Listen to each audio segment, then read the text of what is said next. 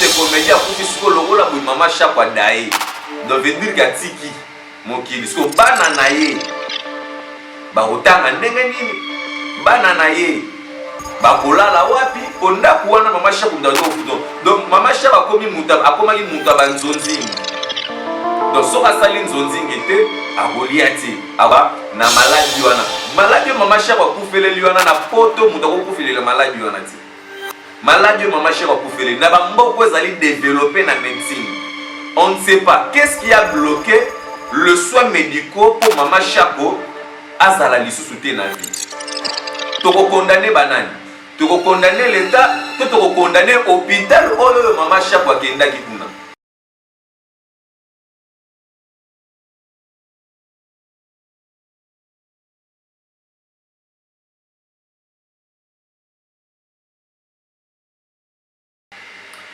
Merci bien très chers amis fidèles internautes, vous nous suivez partout en ce net moment sur www Télévision. Merci beaucoup à toi Aimé Doletine Edja, le colonisateur de tous les Congolais vivant en Angleterre. Je veux dire qu'il y a le bateau salité là, je vois maman nanga Paola Schengen kilo à Londres, moi je suis 11 ans, 8 ans, il y a là pendant une année.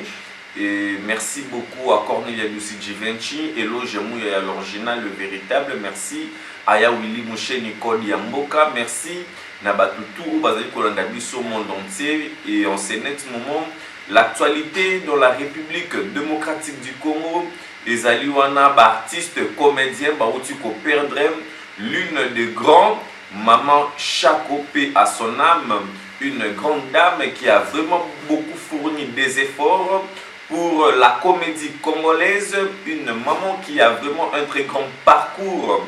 Owapi Torolobi Masolo Nango tout à l'heure, Awa, Nakati, ya Congo England Télévision. Voilà pourquoi je vous demanderai de vous abonner massivement sur notre chaîne pour pouvoir parler de cette triste nouvelle qui est en train de circuler na diaspora, na Katia Congo, Awawa. Ça fait vraiment mal comme on a bande qu'on a dit sur artistes comédiens na ba manière oyo yo bazui sango oyo ya liwa ya mama Chapo et ça part vraiment très mal comme on a bande comme sous sont en train de dire de n'importe quoi concernant la mort de mama Chapo. Vous le savez, mama Chapo de 1 c'est vraiment une artiste comédienne Owapi a évolué avec plusieurs personnes et actuellement là avec les affaires Yann Zonzing Owapi mama Chapo a eu vraiment le cœur là pour participer mais beaucoup plus tout le monde a mama Chapo pour évoluer aussi avec Sans Souci. Elle a été aussi parmi Koko Dioko à travailler dans le groupe Salongo là où aussi elle fait partie. Elle a vraiment plusieurs collègues étant artiste et comédien où il y a génération naïe, il y a Maman Kalunga où tout le monde a propos. Maman Kalunga a été tenir un écran où ça là qui bat et belé vraiment pas si moi parce que plusieurs herbes artistes et comédiens, il y a République démocratique du Congo, plusieurs bakansera que non, bazali na ba bonne vie, bazali bien occupé, bazali prise en charge na l'état, il y a République démocratique du Congo. Et alors artiste et comédien bazali ko réclamer nini avant mama Chapo kufa abandé koloba azana nous envie veut dire que o bazana besoin ko sungaye ba sungaye na moment oyo aza envie et tant azala qui envie ba demande si ya mama Chapo zala qui peut vraiment moins belé ba problème na vie pe surtout na ba tournage ne ba tournaka ba la na ba difficulté ba site ya ba place ainsi de suite tout ça là bazwaka assistance vraiment té naka ya malade tout le monde qui notre première dame maman Denise Nyakero Tshisekedi ko pesa na ba artiste et comédien o ezali ba carte pour na ba soins de santé kaka artiste et mon côté na famille c'était vraiment un acte à féliciter au ba congolais partout dans le monde ba féliciter qui la première dame de la République du Congo maman Denise Nyakero Tshisekedi. Il y a aussi maman Olive Lembe, l'épouse de l'ex-chef de l'État Joseph Kabila Kabange Owapi Azalaki autour toujours auprès, il y a des artistes et comédiens, à chaque fois, ça n'a pas de problème, à chaque fois qu'il y a des événements, les artistes et comédiens ont ressenti vraiment cette grande considération auprès de Maman Olive Lembe Kabila, que je salue, Nabisika O Azali. Aujourd'hui là, il se fait que, mort et l'andani moi est belé, il y a des artistes et comédiens. Nous avons perdu Mundweri, nous avons perdu Papa Sans Souci, les artistes et comédiens ont perdu, il y a vraiment de Maman ou Koufi, il y a des artistes et comédiens. Et alors, avec ce qui vient de se faire maintenant là, les artistes doivent prendre conscience. Parce que Ebele Bazali Kouya Kosala art pour Bazala vue, Ebele Bazali Kosala art pour na intérêt ya basi, Ebele Bazali Kosala art pour na mbongo, c'est-à-dire ya kilelo. Mais or, Bazali Kobosana, ba carrière na bango c'est toute leur vie, ne ezali na kati. Il y a deux grandes choses. Il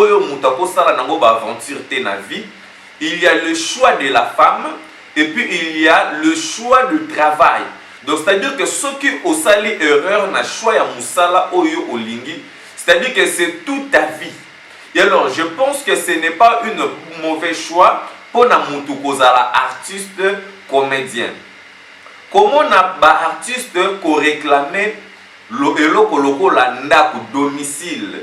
Mama Chako, moi je connais Mama Chako, il est là longtemps. Il y a aussi des vidéos où on a sali na Mama Chako na résidence na kuna place à au foot là na commune ya Kalamu. Elle a été toujours locataire. Affaire il y a locataire. Et alors, c'est le moment. Les artistes comédiens, c'est bien d'être un artiste comédien, mais beau se mettre en ligne, beau se faire en ordre aussi avec l'organisation, organisme, il y a l'État. Beau se mettre en ordre. Deux fois aussi, l'État aussi peut aussi vous dire que non de toi arrive à Kosungabi, notez peut-être parce qu'il y a déjà du désordre. Vous n'êtes pas organisé. Organisez-vous. Mettez-vous, botelema, bolobelila l'État. Je pense que l'État aussi sera là à votre secours. Mais oh, le comique artiste comédien Koufi, ne eraliwa l'État ezoya kozoye en charge. Mais quand l'artiste est vivant, l'État azozwa tenté à boya kozoye en charge. Parce que ezali problème yanine. Il y a que l'artiste comédien bazali en ordre envers l'État. Ou bien l'État a joué avec qui Bakoki Kosala n'a confiance. Je pense qu'il y a un en tête na Makambugo Itali ndeko na biso ba artiste comédien. Et alors ndeko Oyazali en tête responsable ya ba artiste comédien tout. Il y a République démocratique du Congo. Ba artiste comédien bazali kolela toujours eloko moko bazozanga babisika kolala. Ba effort nini yo ozali représentant légal ya ba artiste comédien au salaka. Solution nini oyo pesa parce que apparemment muto azali leader ya ba artiste comédien tout ya République démocratique du Congo. Impact na mingi to mona ngoka na ba matanga. Comment yo un leader ya ba artiste comédien toyoka ka kombo na yo tango oya kufi. Et après, vous êtes là pour devenir des organisateurs des obsèques pour dire que non, moi, mon cœur est Gobimawana. Et Belé bazo témoigner peut-être pour Maman Chako. Oh, Maman Chako, Maman Chako plairait comme ça. Les artistes et comédiens, vous n'avez pas l'amour. Vous n'avez pas l'amour entre vous. Binotu Bolingiga qui danger. Maman Chako Koufi. Au lieu de compatir na mutu akufi, bozo ya na ba téléphone pour na filmer parce que aujourd'hui là c'est tout le monde qui est na chaîne YouTube na ye. Bozo wele na d'abord ko filmer aux images au lieu là événement de bamsu ba benga ngo événement actualité. Non, ça ne doit pas vous faire plaisir. Les artistes et comédiens, arrêtez avec vos bêtises là. Il y a gauche, il y a droite et tout. Vos affaires privées, réglez ça entre vous. Réglez ça entre vous. Et voilà, tout le monde a rabino ba danger na TV, moussou so robimana na voiture et tout, mais er okokufa et comme contribution et comme l'État. Et pourtant l'État moto lo ba priorité pe na kata mboko eza ebele. Eza teka que non tel faut que kundaka ka ba. Ba priorité eza ebele.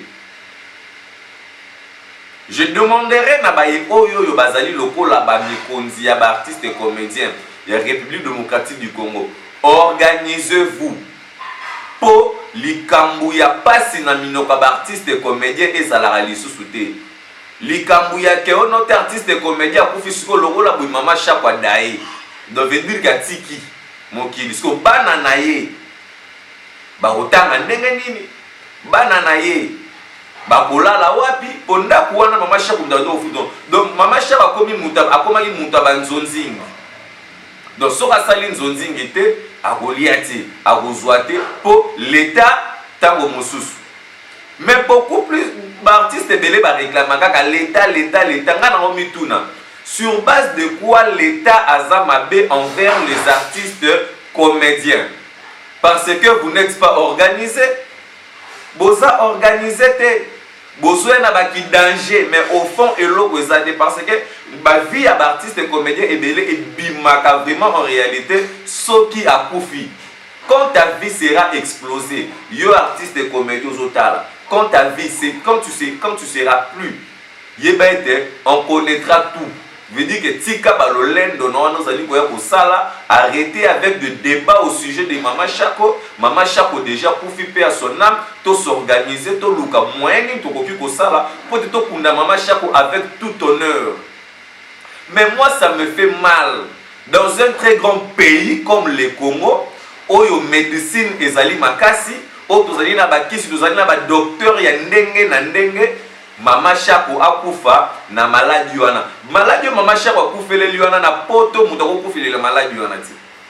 Maladie Mama Chako akufele na ba mboko ezali développer na médecine.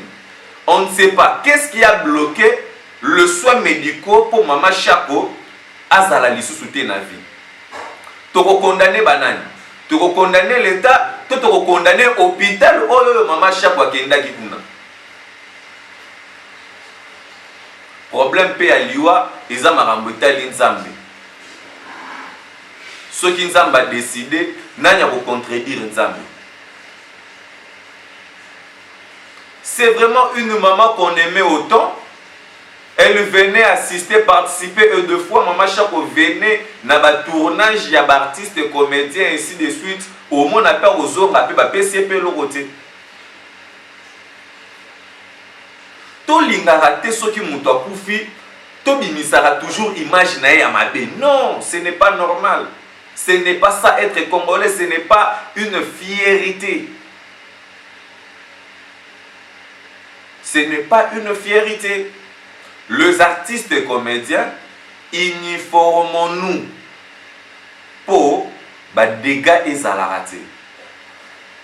Ergo les Garana TV, c'est pour communiquer une autre pensée. C'est pour enseigner, c'est pour apprendre. Parce que plusieurs personnes, bah, comment vous vivre selon vous, selon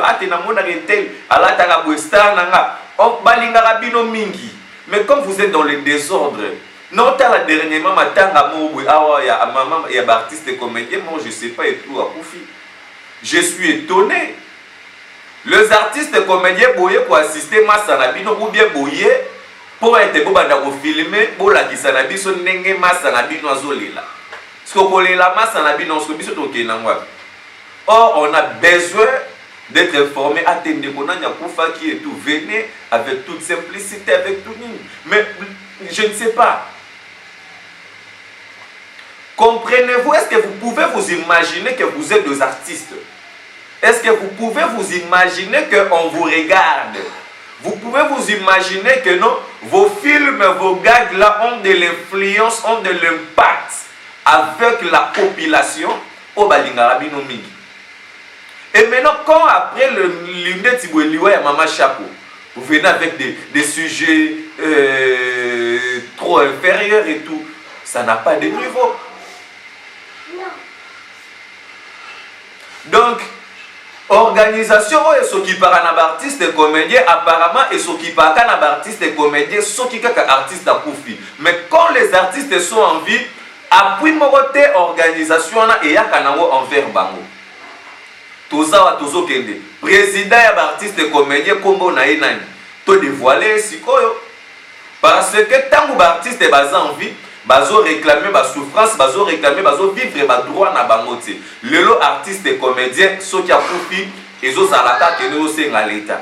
Et belé pe bazana baza non enregistré na l'état. Ya oloba mingi ezate ba sincère condoléances na la grande famille oyo ya Mama Chako, et puis kaka Mama Chako te eza na ba artiste comédien mususu OP bazo pe ba grâce pe ko lekape na ba TVT baza pe kokufa. Veut dire que René Abireta Machi Fachi Beton na bino nazo lela na bino tout ensemble. Non loba lisu trop te ba bika bo s'abonner massivement na Congo England parce que ba émission de ça là ezali ebele to ko évoluer, ça fera quelque chose de bien. Merci, on se retrouve au prochain numéro.